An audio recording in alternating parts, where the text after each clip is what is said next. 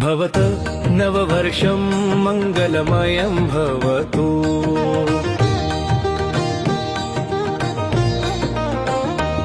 नववर्षस्य शुभागमने सर्वेषां जनानां हृदये आनन्दः शान्तिः सौख्यं च वर्धतां। भवत नववर्षं मङ्गलमयं भवतु।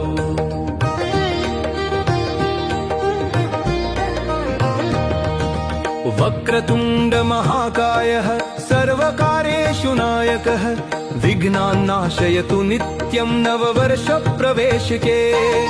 बुद्धिं सिद्धिं च ददातु शुभलाभं करोतु नः। श्रीगणेश प्रसादेन जीवनं सुफलं भवेत्।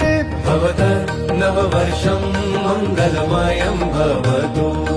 नववर्षस्य शुभागमने सर्वेषां जनानां हृदये आनन्दः शान्तिः सौख्यं च वर्धताम्।